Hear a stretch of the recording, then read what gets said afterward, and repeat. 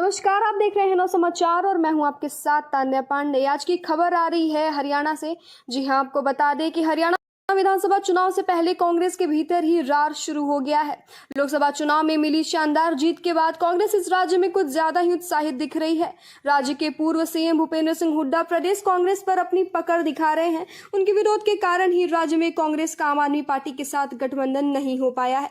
हालांकि लोकसभा में विपक्ष के नेता राहुल गांधी की चाहत थी कि राज्य में कांग्रेस की जगह इंडिया गठबंधन चुनाव लड़े, जिससे कि भाजपा विरोधी वोटों का बंटवारा न हो। लेकिन ऐसा लगता है कि हुड्डा के आगे राहुल गांधी की भी नहीं चली।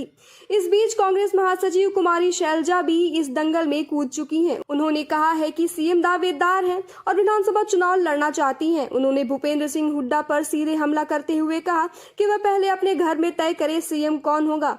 आप पार्टी के सीएम उम्मीदवार की बात कर रहे हैं, वहां घर पर ही फैसला नहीं हो पा रहा है।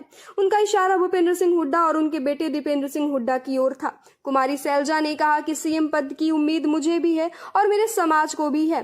मैं विधानसभा चुनाव लड़ना चाहती हूँ, इससे फायदा होगा। मैंने लोकसभा से पहले कहा था कि विधानसभा चुनाव लड़ूंगी। मेरे टिकट की उम्मीदवारी पर पार्टी हाईकमान फैसला करेगा, लेकिन जरूरी नहीं कि सीएम बनने के लिए चुनाव लड़ा जाए। उन्होंने आगे कहा कि मायावती न यूपी में कोई फोर्स है और न ही हरियाणा में उनका कोई असर है। बीजेपी के खिलाफ बहुत एंटी इनकमेसी है। बीजेपी में भगदड़ मची हुई है, पार्टी में संघर्ष है। इसका मतलब ये नहीं कि मैं उम्मीद में न रहूं, सब कुछ साथ लेकर चलूंगी अगर मौका मिले तो। आम आदमी पार्टी के साथ गठबंधन पर कांग्रेस सांसद ने कहा कि हरियाणा में पार्टी खुद अपने दम पर मजबूत है। बात देर से शुरू हुई लेकिन चल रही है। धमकी की बात क्या है? सच्चाई ये है कि हरियाणा में पार्टी अपने दम पर बहुत मजबूत है। कांग्रेस के भीतर गुटबाजी पर उन्होंने कहा कि पार्टी में खींचतान तो रहती है, चुनाव में तो ज्यादा ही एक ही उम्मीदवार होता है। सूबे में सीएम हाईकमान का होगा, कांग्रेस का होगा। हरियाणा में कांग्रेस पूर्ण बहुमत की सरकार बनाएगी। मेरे चाहने से दलित सीएम नहीं बनेगा। समय के साथ राजनीति बदली है और पार्टी का नजरिया भी। अपनी उम्मीदें सब रखते हैं, समाज का भी और व्यक्तिगत भी। पार्टी की मैं सिपाही हूँ, मैंने अपनी बात कह दी है और इच्छा जता दी है।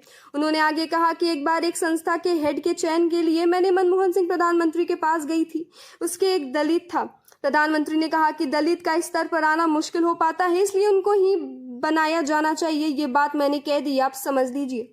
ऐसी ही दिलचस्प खबरें जानने के लिए बने रहे हमारे साथ। नौ समाचार में।